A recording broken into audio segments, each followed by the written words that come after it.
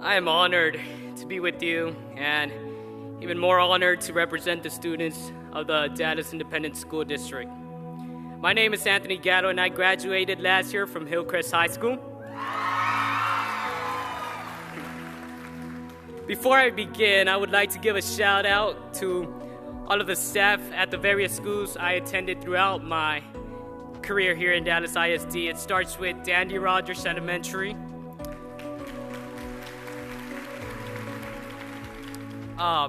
McShann Elementary, and Hexter Elementary, Benjamin Franklin Middle School, and last but certainly not least, to everyone at Hillcrest High School. I would also like to give a special recognition to Park City's Rotary Club, who did a lot for me, the AVID program, and Mr. Jones, who's been my principal not only throughout high school, but middle school also. 7 years, right? And I will never forget Mr. Jones.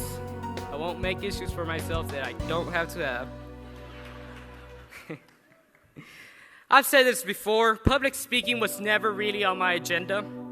It's always been something that I was terrified of doing. But it became a regular thing last year during my senior year at Hillcrest. And now here I am, speaking to all the teachers and staff who not only inspired me, but also dared me to dream. And so one of those dreams is to one day fill up the entire AT&T Stadium, the home of the Cowboys, and speak to about 80,000 people about what we're not sure, but we'll get there. We'll find that out someday. Today, I want to tell you a story about my life and how I got here. It might be the story of students in your classrooms this year.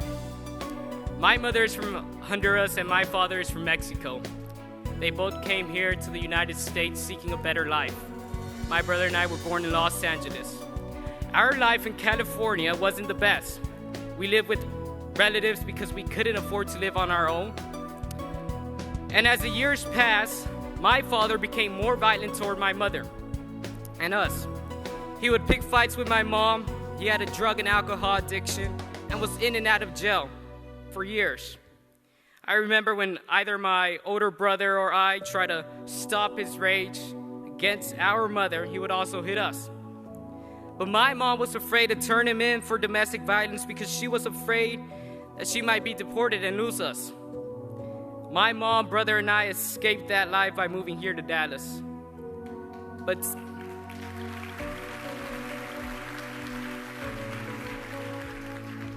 Texas wasn't a ray of sunshine either. We lived in a one-bedroom apartment with my aunt and her family. My mom, brother, and I slept in a small area in the living room.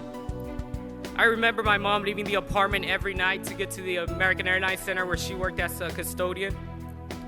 Every day she would come back from work early in the morning to help my brother and me get ready for the school day. My mother made my brother and I her first and only priority. After her second marriage ended, my mother couldn't get a job. We were barely getting by. My teachers were asking me to do research papers for homework, but we were struggling to keep the electricity on. With no internet, no way of getting to a library, and everything else in our lives falling apart, it was difficult to focus on my academics. I started working a part-time job my sophomore year to take some of the financial burden off my mother.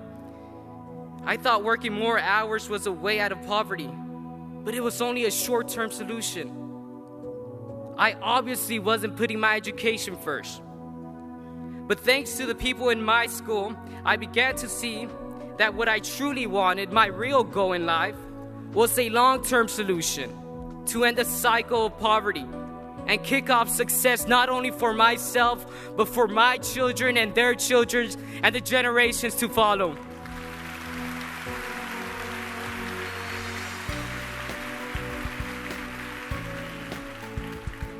It wasn't one teacher, one administrator, or one counselor who helped me understand that education was my only way out.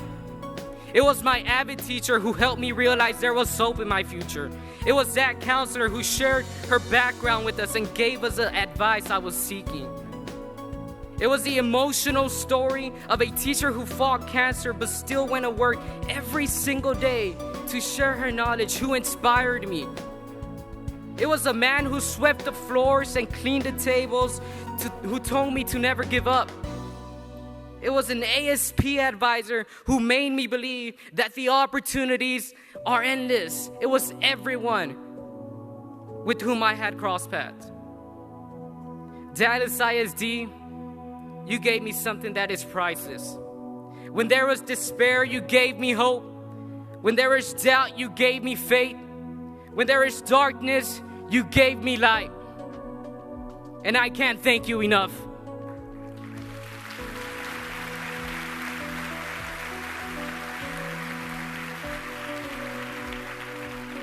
I am here to tell you, and you all know this, that all students have potential. But sometimes it takes just one person to light the spark. From the one cleaning the restrooms and sweeping the floors to the one who is responsible for all 158,000 students, each of you has the power to make a difference in our lives.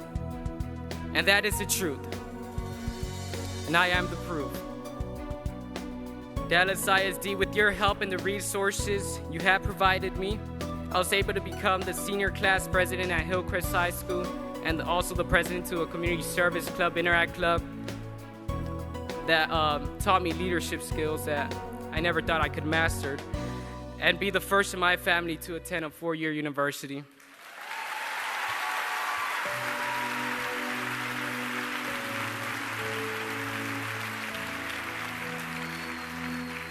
In 1 week, I will begin working on my degree in political science at Texas State in San Marcos. That's right. Go Bobcats. After that, I plan to attend law school and then come back and make a difference in our community just as you did with me.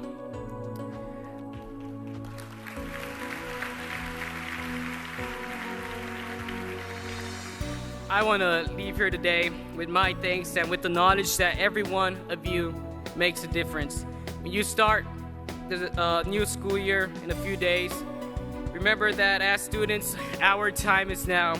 We don't get a next time, and we need you to succeed. Thank you and best wishes on a successful school year.